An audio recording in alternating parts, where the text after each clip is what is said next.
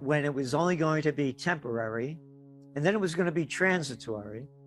And now, well, maybe it'll keep going for a while. So there's reasons, by the way. They're either too stupid to know what was going to happen, or else they wanted to keep the markets artificially propped up, because when interest rates go up, the economy and the equity markets are going down.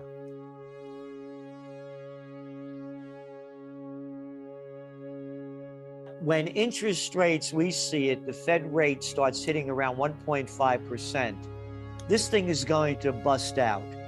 Again, this is global. You're looking at merger and acquisition activity in the United States. It hit an all-time high because they're borrowing all this cheap money and buying up everything. Same thing going on in Australia. So when we look at the real interest rate, what do we have? Near zero interest rate. Now we just mentioned, what, a 6.8% inflation rate? What is the real interest rate? It's in negative territory. So this whole thing is one big scam that's being used to artificially prop up the markets and prop up the economy.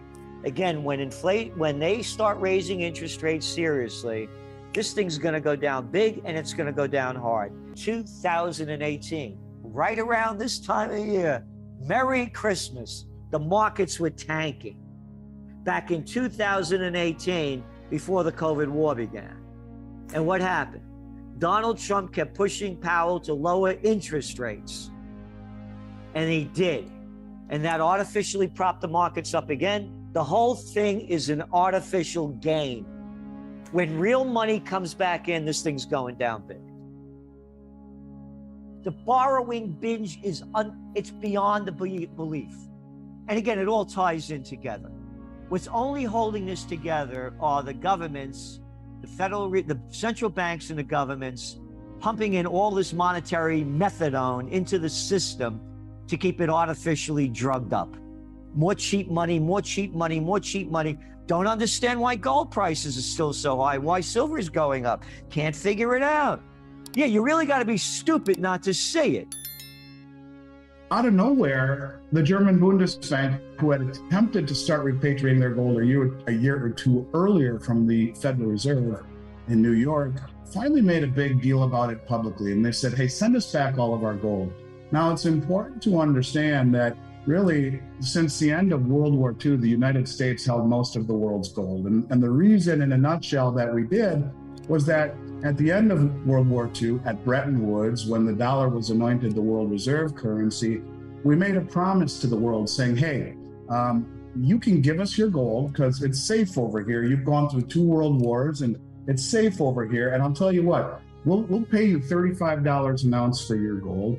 And in turn, you take the proceeds of that and you buy our US treasuries. And this will give you a return on a non-interest bearing asset, and it will be held safely, and we will always sell it back to you for $35 an ounce. So Germany says to the West, give us back our gold.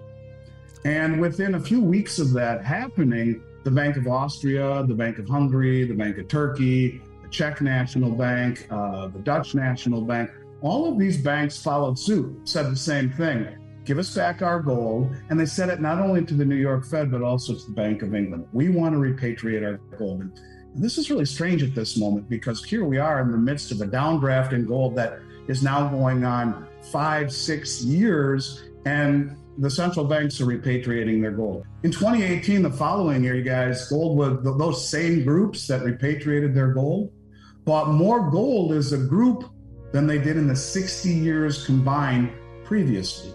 So now something's really going on. These banks are repatriating their gold from the Fed and the Bank of England. Now they're buying copious amounts of it. Really interesting.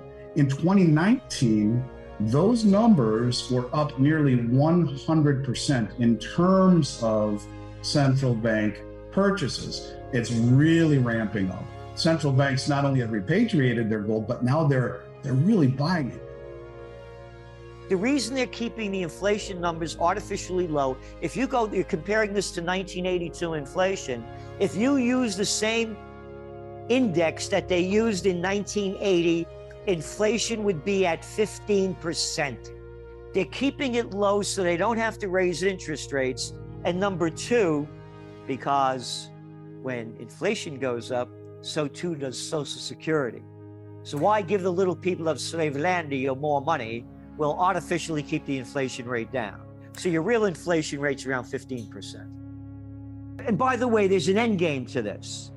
And the way we see it is they're going to start doing away with all the currencies and coming up with new names for them, and they're all going to be digital. They're going to be digital. We're getting rid of them dirty dollars. You don't want to touch that crap. So we're going digital.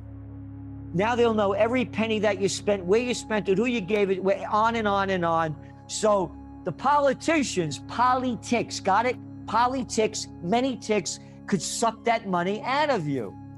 Do you think any of these people, these politicians that are closing down every place, give a damn about the people that are losing their jobs when they don't have to worry about anything because they steal our money in the name of taxes and they get their benefits, they get their money coming in, they have their health care, they got their pensions. So they're going to go digital. Inflation is the worst tax of all. Someday you'll own nothing and you'll be happy. The government will give you your money. I said this all the time. We own oil wells. We don't own oil companies. We don't own stocks. So again, when Biden cut the XL pipeline off, oil went from 30 to 130. Holy mackerel, we're making so much money today. The dangerous thing is people are being wiped out. That's what scares me. You know, they talk about, you know, tax to rich and all these other things they teach, but the thing that's frightening today is what Klaus Schwab is saying. Someday you'll own nothing and you'll be happy. That's the abolition of private property, which is Marx. History repeats itself. Before the elections in 2024, they'll start lowering interest rates to artificially prop up the economy again. They do it all the time. Yeah, there's going to be a crash. There's absolutely no question about it. And again, that brings us back to the other issue of this. You know, people ask me, what should you invest in? Mine is GSB, gold, silver, and Bitcoin. Gold and silver are going to take a hit down as inflation rates go up. But when the economy goes down, then your safe haven assets really are worth a lot more. All you have to do is go back to the Panic of '08 to watch that happen. So when interest rates go up, they're going to go down temporarily, but only for a little while.